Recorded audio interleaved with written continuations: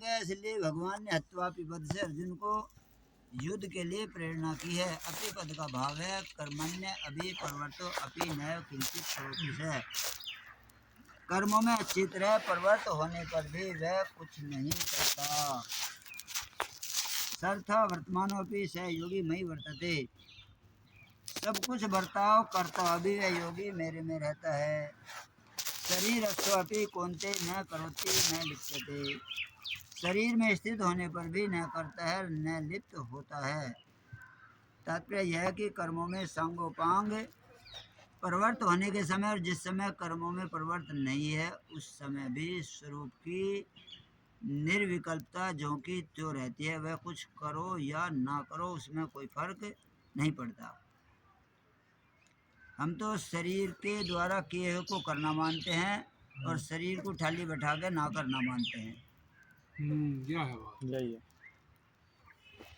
अर्थात क्रिया करने से या क्रिया न करने से स्वरूप में कोई फर्क नहीं पड़ता। कारण की क्रिया विभाग पूर्ण रूप से प्रकृति में है, स्वरूप में नहीं। स्वरूप में नहीं क्रिया।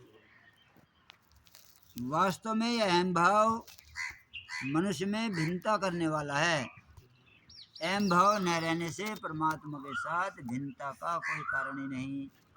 फिर तो केवल सबका आश्रय प्रकाशक सामान्य चेतन रहता है। वह न तो क्रिया का कर्ता बनता है न फल का भोक्ता, क्योंकि जो करेगा वही भरेगा। क्रियाओं का कर्ता और फल का भोक्ता तो वह पहले भी नहीं था। केवल नाशवान शरीर के साथ संबंध मानकर जिस अहम भाव को स्वीकार किया है उसी अहम भाव से उसमें कर्तापन और भोक्तापन आया है। ये अहम दो प्रकार का होता है, अहम स्फूर्ति और अहम कर्ति। गाढ़ नींद से उठते ही सबसे पहले मनुष्य को अपने होनेपन का भान होता है, अपनी सत्ता मात्र, इसको कहते हैं अहम स्फूर्ति। इसके बाद वह अपने में मैं अमुक नाम वर्ण जाति का हूँ ऐसा आरोप करता है। बस यही असत का संबंध है। असत के संबंध से यानी शरीर के साथ तादाद मानने से शरीर की क्रियाओं को लेकर मैं करता हूँ ऐसा भाव उत्पन्न होता है। इसको कहते हैं अहम कर्ती। इस अहम को अहम का दो वो प्रकार बता। हाँ जी, अहम स्फूर्ति स्फूर्ति और अहम कर्ती। अहम करती। एक शरीर से जुड़ा हुआ अहम जिसको अहम कर्ती माना गया और एक शरीर से अलग अहम। अलग है। भगवान ने शरीर संसार से अलग जो अहम है उसी का बार बार प्रयोग करके मैं शब्द का प्रयोग किया है कि मैं यहाँ हूँ, मैं यहाँ हूँ, मैं यूँ हूँ, मैं ऐसा हूँ, ऐसा करके मैं शब्द का। जबकि यदि यहाँ कोई मैं शब्द का प्रयोग करता है तो उसको ये मान ले कि तो अहंकारी है, ये तो शरीर से जोड़ के बात कर रहा, कुछ अपने धन पद बल के हिसाब से बात कर रहा।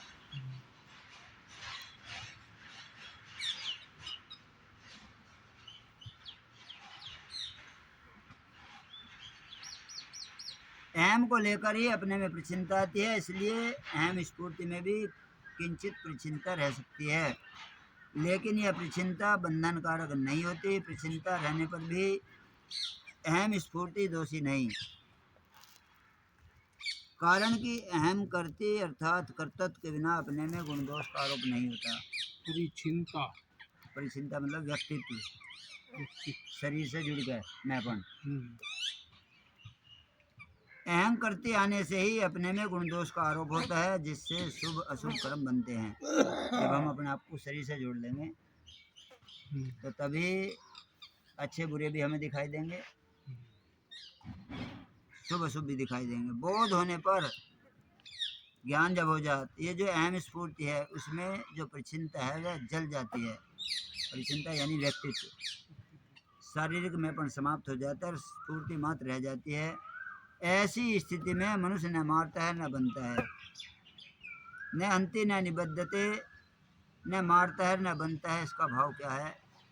एक होती है निर्विकल्प अवस्था और एक होता है निर्विकल्प बोध। निर्विकल्प अवस्था साधन साध्य है, साधन के द्वारा ये निर्विकल्प अवस्था आती है। जैसे हम समाधि वगैरह लगाते हैं, इसे न्यूट्रॉन के हैं वो न्यूटन। हाँ, न्यूट्रल। न्यूटन। हाँ जी, हाँ, न्यूट्रल है। न्यूट्रल।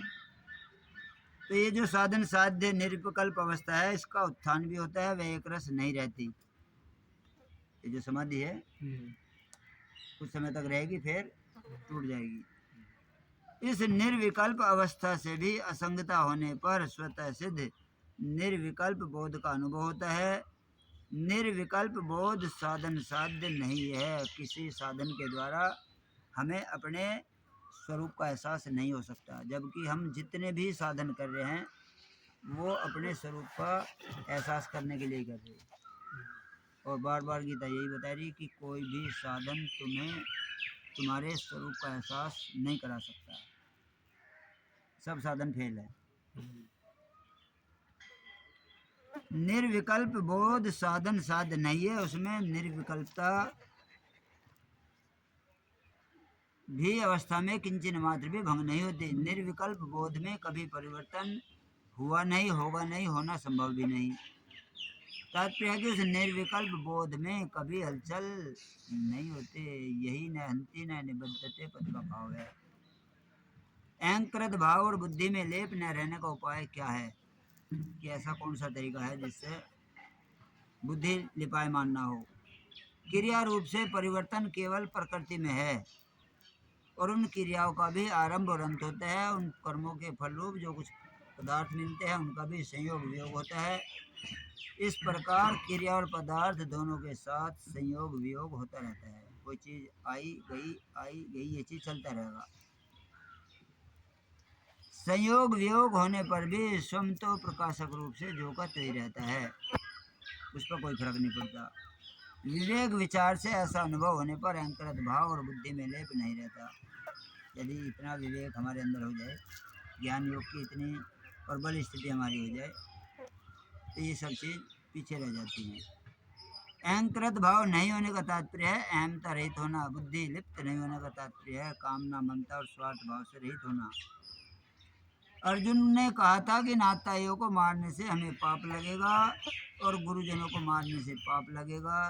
अतः यहाँ भगवान कहते हैं कि इनको मारने से पाप लगने की तो बात ही क्या, कि ये जो तेरे सामने इनकी बात नहीं, इनको संपूर्ण प्राणियों को मारने से भी तुझे पाप नहीं लगेगा, क्योंकि पाप लगने में हेतु अहमता और बुद्धि की लिप्तता है। वही तूने मुझे सौंप दी। हाँ जी।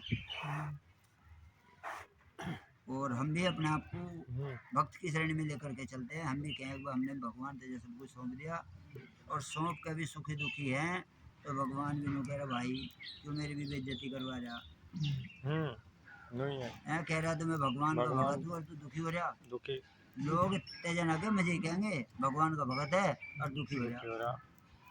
तो इसका मतलब तू सौंप ही नहीं रहा, मुझे भगा रहा है। क्योंकि पाप लगने में हेतु अहमता और बुद्धि की लिप्त है। बुद्धि कामना ममता और स्वार्थ भाव से लिप्त होती है। बुद्धि कब एक्टिव होगी? जब अंदर कामना ममता और स्वार्थ बुद्धि होगी। गंगा जी में कोई डूबकर मर जाता है तो गंगा जी को पाप नहीं लगता, और कोई उसका जल पीता है, स्नान करता है, खेती करता है, तो उससे गंगा जी को कोई पुण्य नहीं लगता। ये हमारी अपनी कंडीशन है कि भाई यहाँ पाप हो गया और यहाँ पुण्य हो गया। जब तक हमारे अंदर शरीर संसार की लिप्तता है, शारीरिक मैंपन है, तब तक हमें इन पाप और पुण्यों से कोई बचा नहीं सकता, कितनी श्रेष्ठ से श्रेष्ठ क्रिया की जाए।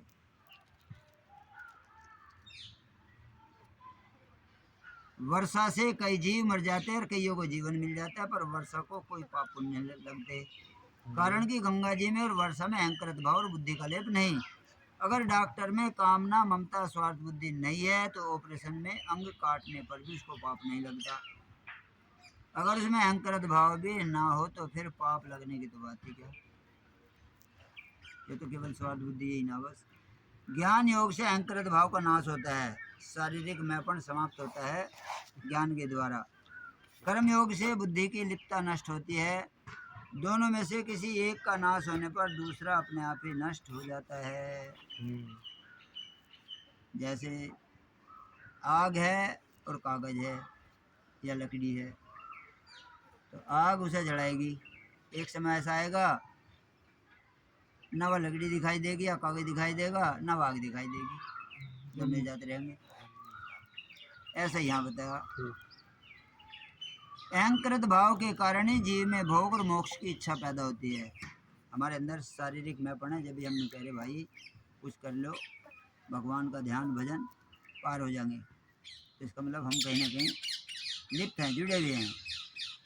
अहंकृत भाव मिटने से भोग इच्छा भी मिट जाती है। बुद्धि निश्चय न लिप्यते, भोग इच्छा मिटने पर मोक्ष की इच्छा अपने आप ही पूरी हो जाती है, क्योंकि मोक्ष तो स्वतः सिद्ध है। स्वतः से तो जो स्वतः सिद्ध है उसके लिए हमें कुछ करना ही नहीं। करना पड़ रहा, करना है नहीं पर करना पड़ रहा। करना पड़ेगा। एक चीन में एक बहुत आध्यात्मिक वैज्ञानिक हुआ, लाओ से उसका नाम था।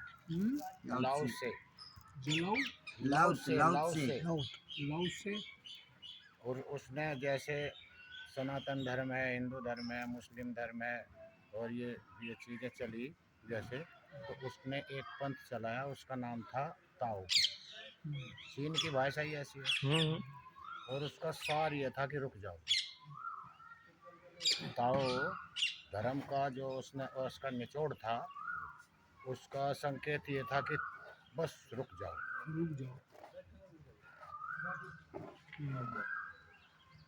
थोड़ा सा उसका मंथन किया हमने, उसके बारे में ज़्यादा कुछ व्याख्या करें तो उस लाओसो का जो मेन चीज़ थी वो यही चीज़ थी। उसने सबको एक ही संदेश दिया कि कर लिया ना बहुत कुछ, हो गया ना बहुत कुछ, देख लिया किसी के करते धरते को भी देख के आपने आप भी किया, ये भी हुआ वो भी हुआ, सब हुआ, बस अब रुक जाओ।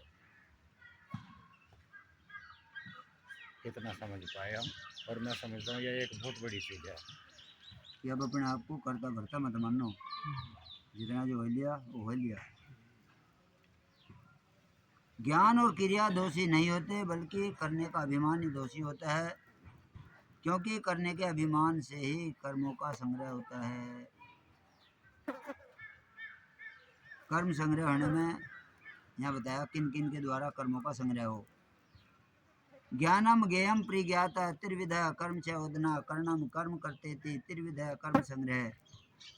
ज्ञान ज्ञेय और प्रिज्ञाता इन तीनों से कर्म प्रेरणा होती है। करण कर्म और कर्ता इन तीनों से कर्म संग्रह होता है। ज्ञान ज्ञेय और परिज्ञाता, इनसे तो कर्म करने की प्रेरणा होगी, और करण कर्म और कर्ता इन तीनों से होगा कर्मों का संग्रह। भगवान ने कर्मों के होने में 5 हेतु बताए: अधिष्ठान, कर्ता, करण, चेष्टा और दैव यानी संस्कार। इन पांचों में भी मूल हेतु है कर्ता। इसी मूल हेतु कर्ता को मिटाने के लिए भगवान ने 16वें श्लोक में कर्तृत्व भाव रखने वालों की बड़ी निंदा की, और 17वें श्लोक में कर्तृत्व भाव न रखने वालों की बड़ी प्रशंसा की। कर्तृत्व भाव बिल्कुल न रहे, साफ साफ समझाने के लिए 18वां श्लोक कहा गया। ज्ञान ज्ञेय और परिज्ञाता इन तीनों से कर्म प्रेरणा होती है। ज्ञान ज्ञेय और परिज्ञाता, ज्ञेय किसे कहें? अब यहाँ होगा बताया जाएगा, और परिज्ञाता, हाँ तीनों बताए जाएंगे यहाँ। ज्ञान ज्ञेय और परिज्ञाता इन तीनों से कर्म प्रेरणा होती है। ज्ञान को सबसे पहले कहने में यह भाव है कि हर एक मनुष्य की कोई भी प्रवृत्ति होती है तो प्रवृत्ति से पहले ज्ञान होता है। पहला किसी चीज़ का ज्ञान होगा।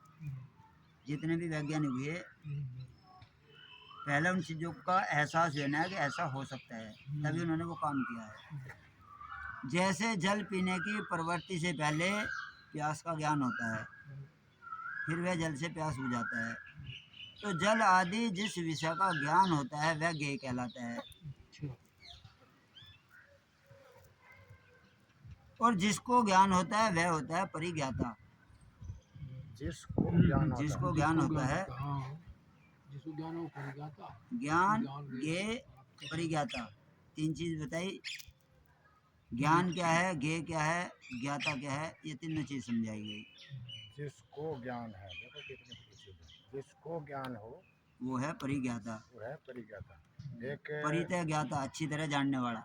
हाँ, एक जब भारतवर्ष को लूट लिया सिकंदर ने और यहाँ से वो चलने की तैयारी में हुआ, तो एक नदी के किनारे उसे एक संत लौटता हुआ मिला। तो उसके दिमाग में ऐसा आया कि ये प्रेरणा के स्रोत है भारत के, इसको अपने साथ ले जाना चाहिए। उसने सोचा, उसने कहा जाके, और कैसा है आप हमारे साथ चलो। बोले भारत से बाहर? बोले हाँ। बोले मैं नहीं जाऊँ। बोले मैं सिकंदर हूँ। बोले रहने दो, सिकंदर है तलवार निकाल ली। बोले मैं तुझे जानता मार दूँ। बोले हाँ, बहुत खुशी की बात, हम भी देखेंगे जब तू इसको मारेगा तब हम भी देखेंगे। हाँ जब तू इसको मारेगा मारेगा तब हम भी देखेंगे। हम भी देखेंगे। तो वो है हाँ, परिज्ञाता। परिज्ञाता knowledge, वो भी देखेगा उसको मरते हुए। बढ़ते हुए को देखो। उनकी श्रेणी है बहुत। भाई गीता बहुत सारी चीज़, आपको बुरा अगर ना लगे तो ऐसी ऐसी चीज़ें हमारे सामने परोसती है कि हम उसका एक ग्रास मात्र भी उसको चख नहीं पाते, और वो सामने से चली जाए फिर आगे। ऐसी ऐसी चीज़ें परोसी जाती हैं। ज्ञान, ज्ञेय और परिज्ञाता तीनों होने से ही कर्म करने की प्रेरणा होती है। यदि इन तीनों में से एक भी ना हो तो कर्म करने की प्रेरणा नहीं होती। नहीं होगी।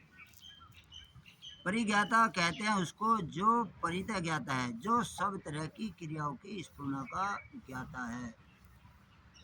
वह केवल ज्ञाता मात्र है, उसे क्रियाओं की स्फुरना मात्र का ज्ञान होता है। उसमें अपने लिए कुछ चाहने का या उस क्रिया को करने का कोई अभिमान बिल्कुल नहीं होता। कोई भी क्रिया करने की स्फुरना एक व्यक्ति विशेष में ही होती है। इसलिए शब्द, स्पर्श, रूप, रस और गंध, इन विषयों को लेकर सुनने वाला, स्पर्श करने वाला, देखने वाला, चखने वाला और सूंघने वाला अनेक कर्ता हो सकते हैं, लेकिन उन सबको जानने वाला एक ही रहता है, उसे यहाँ परिज्ञाता कहा। कर्म संग्रह के तीन हेतु है, करण, कर्म और कर्ता। इन तीनों के सहयोग से कर्म पूरा होता है। जिन साधनों से कर्ता कर्म करता है उन क्रिया करने के साधनों को करण कहते हैं। करण यानी औजार। खाना पीना, उठना बैठना, चलना फिरना, आना जाना, ये जो चेष्टाएं की जाती है इनको कर्म कहा गया। करण और क्रिया से अपना संबंध जोड़कर कर्म करने वाले को कर्ता कहा गया। तो एक कर्ता तो यह है जो करण और क्रिया से अपना संबंध जोड़े बैठा। इस प्रकार इन तीनों के मिलने से ही कर्म बनता है। भगवान को यहाँ एक खास बात बतानी है कि कर्म संग्रह कैसे होता है, अर्थात कर्म बांधने वाला कैसे होता है। कर्म बनने के तीन हेतु बताते हुए भगवान का लक्ष्य मूल हेतु कर्ता को बताने में है, क्योंकि कर्म संग्रह का खास संबंध सीधा कर्ता से है। यदि कर्तापन नहीं है तो कर्म संग्रह भी नहीं होता, केवल क्रिया मात्र होती है।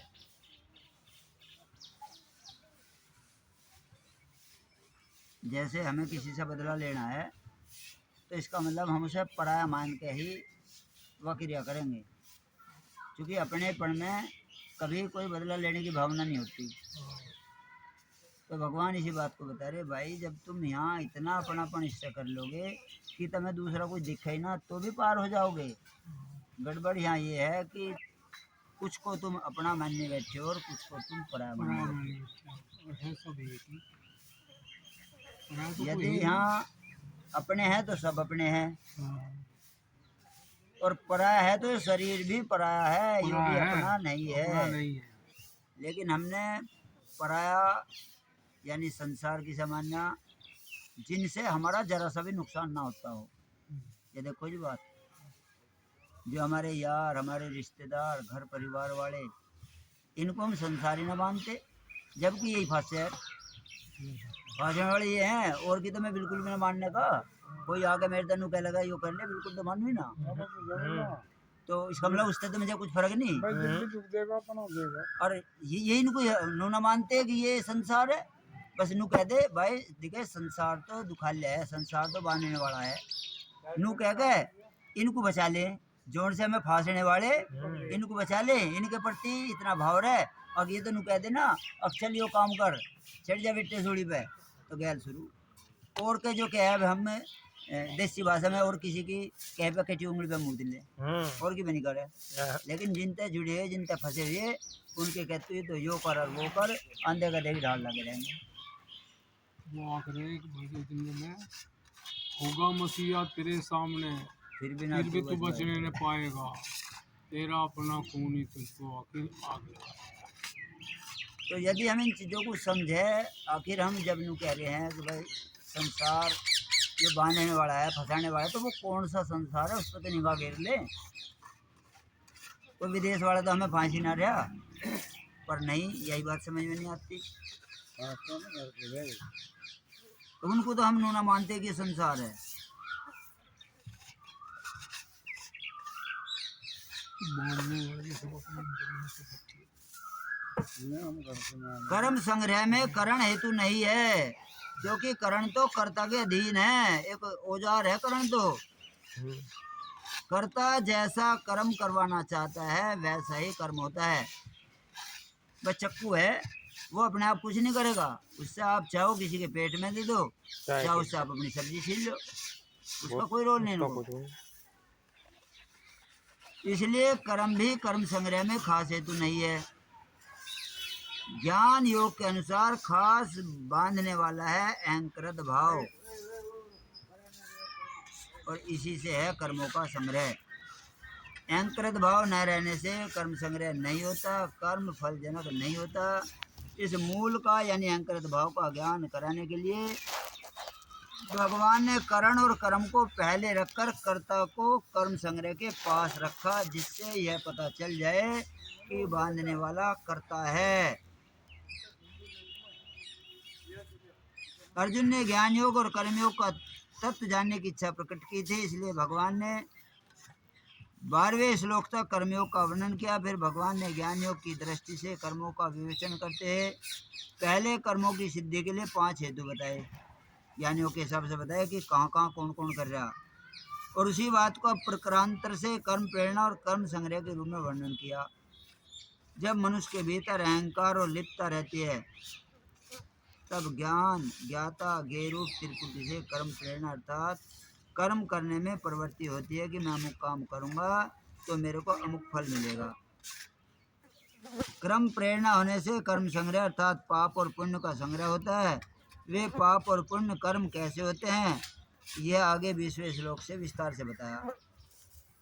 गुणातीत होने के उद्देश्य से आगे के श्लोक से त्रिगुणात्मक पदार्थों का प्रकरण आरंभ करते हैं। अब आपको गुणातीत की तरफ लेकर जाया जाएगा कि इन सब सिस्टमों से आप कैसे बच सकते हैं, कैसे आप अपने आप को कर्तापन के भाव से अलग अनुभव कर सकते हैं।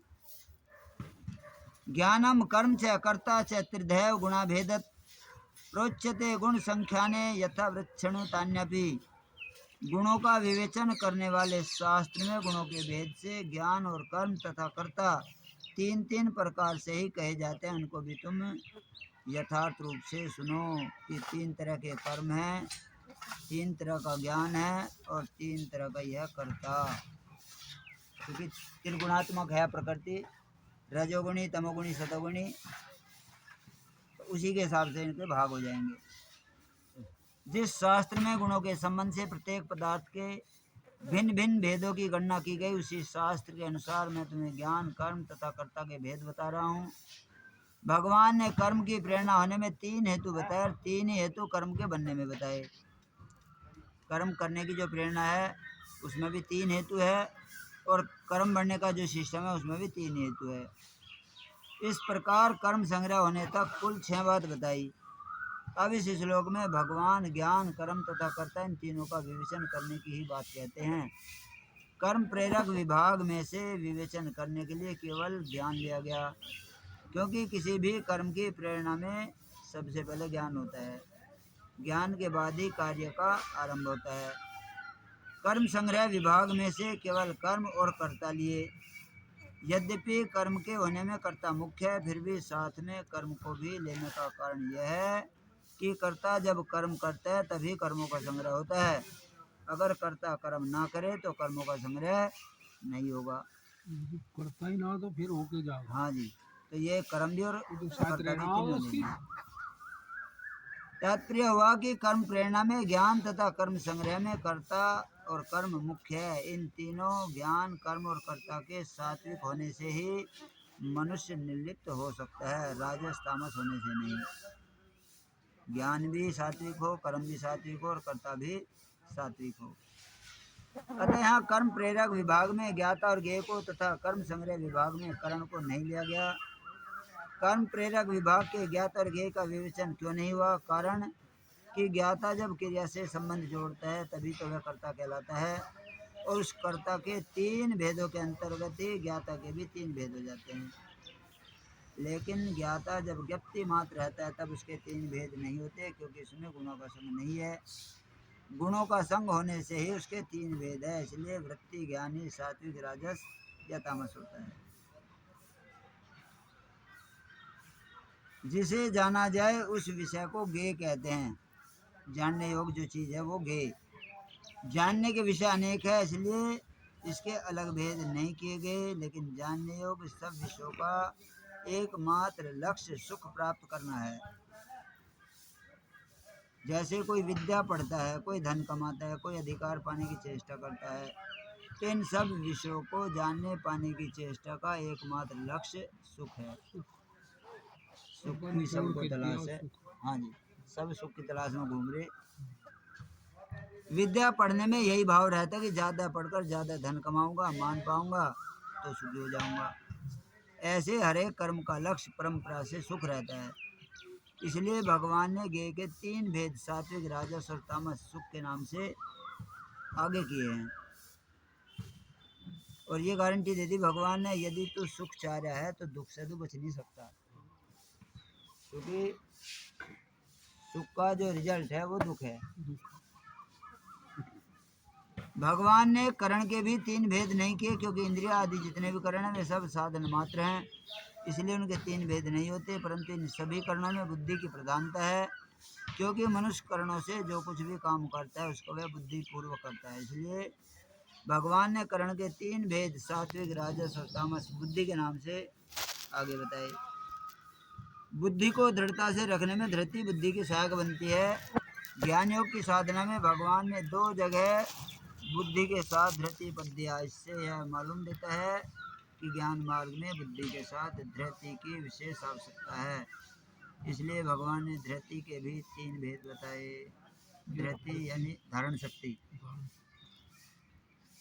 जैसे हम यहाँ आते हैं, धारणा बनी यहाँ 1 घंटा है और 23 घंटे हमारे अलग हैं, तो धारण शक्ति जो है वो इसकी मजबूत रहेगी या उसकी मजबूत रहेगी, ये देखना है। यदि इसकी मजबूत रहती है तो हमारे अंदर कुछ सात्विकता, कुछ साधुता, कुछ ईश्वर की ओर हमारे भाव हुए, और यदि ये दृढ़ नहीं रहे, और चीज़ रहेगी वो 23 घंटे वाली, तो फिर इधर को चले गए।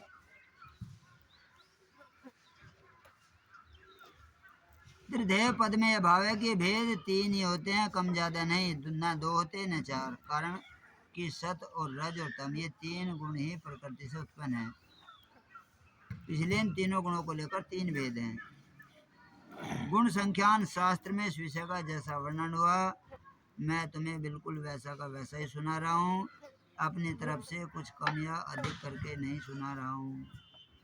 तो इस विषय को ध्यान से सुनो। कारण कि सात्विक, राजस और तामस, इन तीनों में से सात्विक चीजें तो कर्मों से संबंध छेद करके परमात्म तत्व का बोध कराने वाली है, राजस चीजें जन्म मरण देने वाली है, और तामस चीजें नरकों नीच योनियों में ले जाने वाली है। इसलिए इनका वर्णन सुनकर सात्विक चीजों को ग्रहण करो, राजस तामस चीजों का त्याग करो।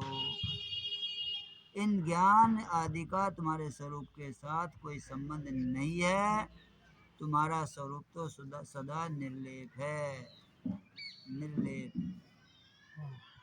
इनके भेदों को जानने की भी बड़ी भारी आवश्यकता है, क्योंकि इनको ठीक तरह से जानने पर यश्च नहं कर्तभाव न हन्ति न निबद्धते, इस श्लोक का अच्छी तरह अनुभव हो जाएगा, अर्थात अपने स्वरूप का बोध हो जाएगा।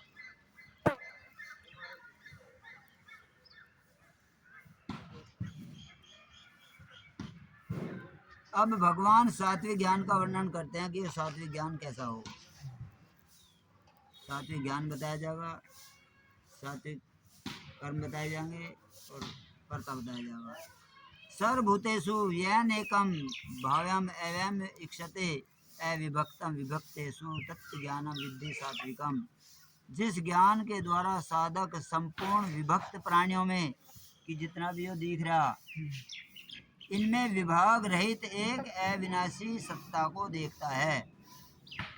इसमें अलग है, इसमें अलग है, ऐसा ना देख करके इस सब में वो एक ही सत्ता है, यही अलग है, सत्ता सब वो एक ही है, ऐसा जो देखता है उस ज्ञान को तुम सात्विक समझो। इसकी आत्मा बढ़िया है, इसकी आत्मा खराब है, जब तक ऐसा मानते रहेंगे तो सब में परमात्मा है। हाँ जी। और बस ये देख लो, यदि सब में परमात्मा है तो फिर परमात्मा कोई काम खराब नहीं कर सकता, यह भी हमने मान रखी। तो यदि सामने के द्वारा कोई क्रिया कितनी भी कैसी भी खराब हो गई हो, फिर हमें वह क्रिया खराब नहीं माननी है, क्योंकि भगवान बैठा है उसमें। फिर हम कहेंगे वह भगवान तो कराने वाला है नहीं, तो भगवान तो अच्छी बुरी कोई सी भी नहीं करवा रहा, कर रहा तो सब कुछ वही कर रहा। तो जब हम अपने आप को कहीं भी इन्वॉल्व कर लेंगे अच्छी बुरी क्रियाओं में, तभी हम समझो अपने आप को शरीर संसार से जोड़ लिया, फंसेंगे जरूर। व्यक्ति वस्तु आदि में जो हैपन दिखता है वह उन व्यक्ति वस्तु का नहीं, बल्कि सब में परिपूर्ण परमात्मा का है।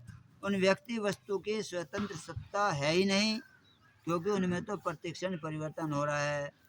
कोई भी व्यक्ति वस्तु ऐसी नहीं जिसमें एक क्षण भी परिवर्तन न होता हो।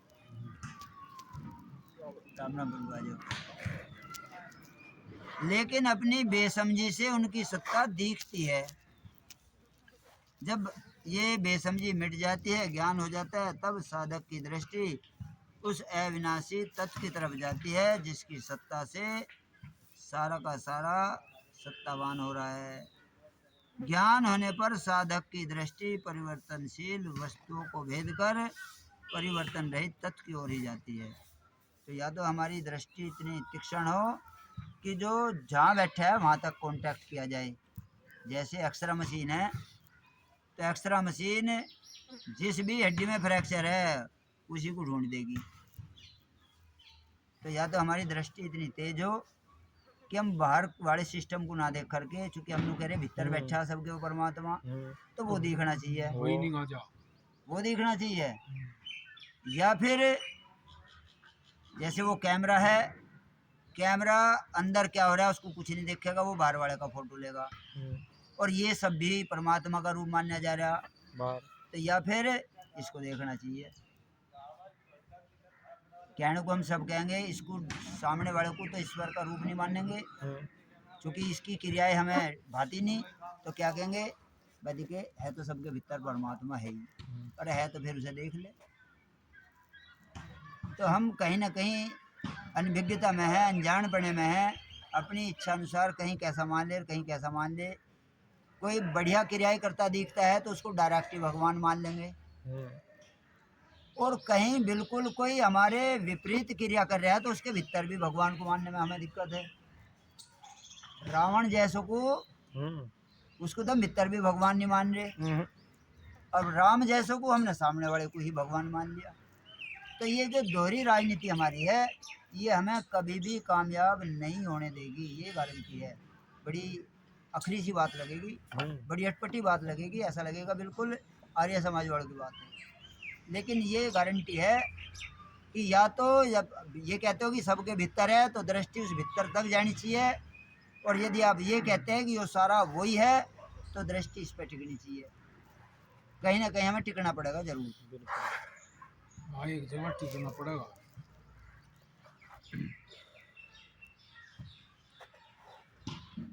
जैसे हीटर का स्वभाव है गर्म करने का, कोई चीज़ रख देंगे तो वो गर्म करेगा, उबाल देगा। और फ्रिज का स्वभाव है ठंडा करने का, लेकिन दोनों चलते तो बिजली से ही है। बिजली तो दोनों में एक जैसी है। अभी तक जो अनिल जी बात कह रहे थे वो उसमें मतलब एक जैसी भावना करने का मैं समझता हूँ ये एक उचित साधन है। कि हम सबके अंदर में जो है कोई एक शक्ति मात्र, उसमें कोई अंतर नहीं है, वो सबके अंदर में एक जैसी है। और ये उपकरण भिन्न भिन्न इनकी स्थितियाँ हैं, कोई कूलर है, कोई हीटर है, कोई पानी निकालता है, कोई लाइट करता है। तो ये भिन्न भिन्नता हैं तो इन उपकरणों में है। और उसके जो संचालन करता है, जो सब में प्रेरणा देता है, उसमें तो कोई अंतर है नहीं, वो तो सब में एक जैसा ही है। एक जैसा। तो बताया यदि ज्ञान हो जाए तो फिर जो हमारी दृष्टि है वो परिवर्तनशील वस्तुओं को भेद कर, यानी बाह्य सिस्टम को छोड़ करके जो परिवर्तन रहित तत्व जिसको हम अंदर कह रहे हैं वहाँ चली जाती है। फिर वह विभक्त यानी अलग अलग वस्तु, व्यक्ति, परिस्थिति, घटना आदि में विभाग रहित एक ही परमात्मा को देखता है। तात्पर्य यह है कि अलग अलग वस्तु, व्यक्ति आदि का अलग अलग ज्ञान और यथायोग अलग अलग व्यवहार होते भी वह विकारी वस्तु में उस स्वतः सिद्ध निर्विकार एक ही तत्व को देखता है। उसके देखने की यही पहचान है कि उसके अंतःकरण में कोई राग द्वेष नहीं होते, ये इसकी पहचान है। तो उस ज्ञान को तो सात्विक ज्ञान, परिवर्तनशील वस्तु वृत्तियों के संबंध से ही इसे सात्विक ज्ञान कहा।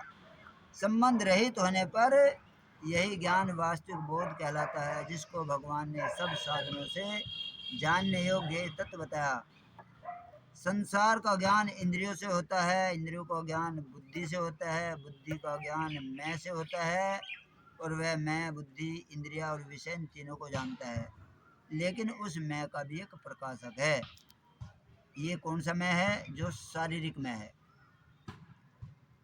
तो इन मैं का भी एक प्रकाशक है जिसमें मैं का भी भान होता है। वह प्रकाश सर्वदेशीय और असीम है, जबकि मैं एक देश और सीमित है। उस प्रकाश में जैसे मैं का भान होता है, वैसे ही तू यह वह का भी भान होता है। वह प्रकाश किसी का भी विषय नहीं, वास्तव में वह प्रकाश निर्गुण है, लेकिन व्यक्ति विशेष में रहने वाला होने से उसे सात्विक ज्ञान कहा गया।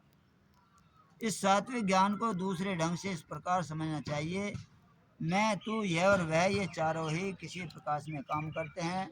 इन चारों के अंतर्गत संपूर्ण प्राणी आ जाते हैं जो विभक्त हैं, लेकिन इनका जो प्रकाशक है वह अविभक्त है, विभाग रहित एक ही है। बोलने वाला मैं, उसके सामने वाला तू, पास वाला यह और दूर वाला वह कहा जाता है। बोलने वाला अपने को मैं कहता है, सामने वाले को तू कहता है, पास वाले को यह कहता है, दूर वाले को वह। जो तू बना हुआ था वह मैं हो जाए तो मैं बना हुआ तू हो जाएगा, यह और वह वही रहेंगे। इसी प्रकार यह कहलाने वाला अगर मैं बन जाए तो तू कहलाने वाला यह बन जाएगा, और मैं कहलाने वाला तू बन जाएगा। वह परोक्ष होने से अपनी जगह ही रहा। अब वह कहलाने वाला मैं बन जाएगा तो उसकी दृष्टि में मैं, तू और यह कहलाने वाले सब वह हो जाएंगे। इस प्रकार मैं, तू, यह और वह, ये चारों ही एक दूसरे की दृष्टि में चारों ही बन जाते हैं, लेकिन है सब किसी एक प्रकाश में।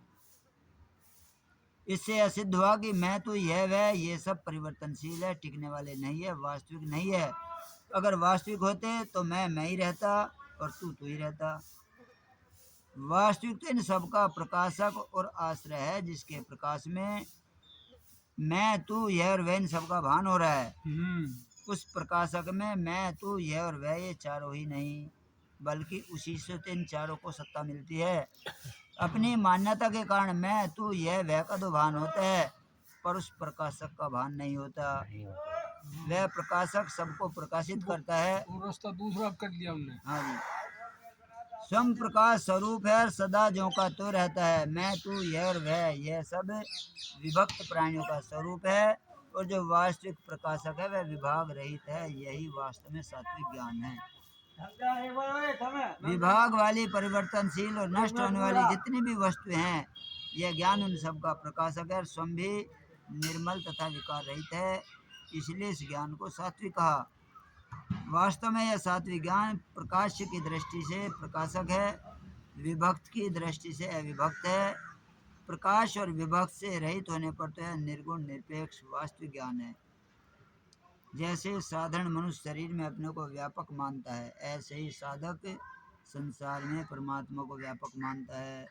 जैसे शरीर और संसार एक है, ऐसे ही आत्मा और परमात्मा एक है।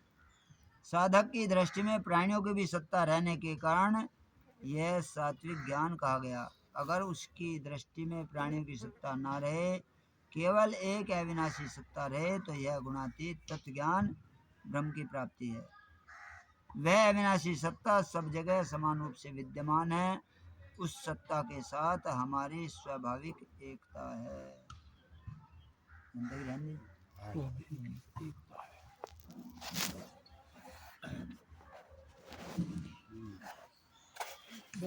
कृष्ण गोविंद हरे मुरारी, हे नाथ नारायण वासुदेवा।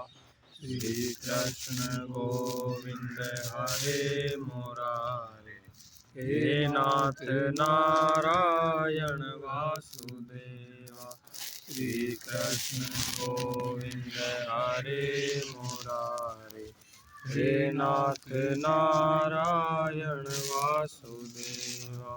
श्री कृष्ण गोविंद हरे मुरारी, हे नाथ नारायण वासुदेवा। श्री कृष्ण गोविंद हरे मुरारी, हे नाथ नारायण वासुदेवा।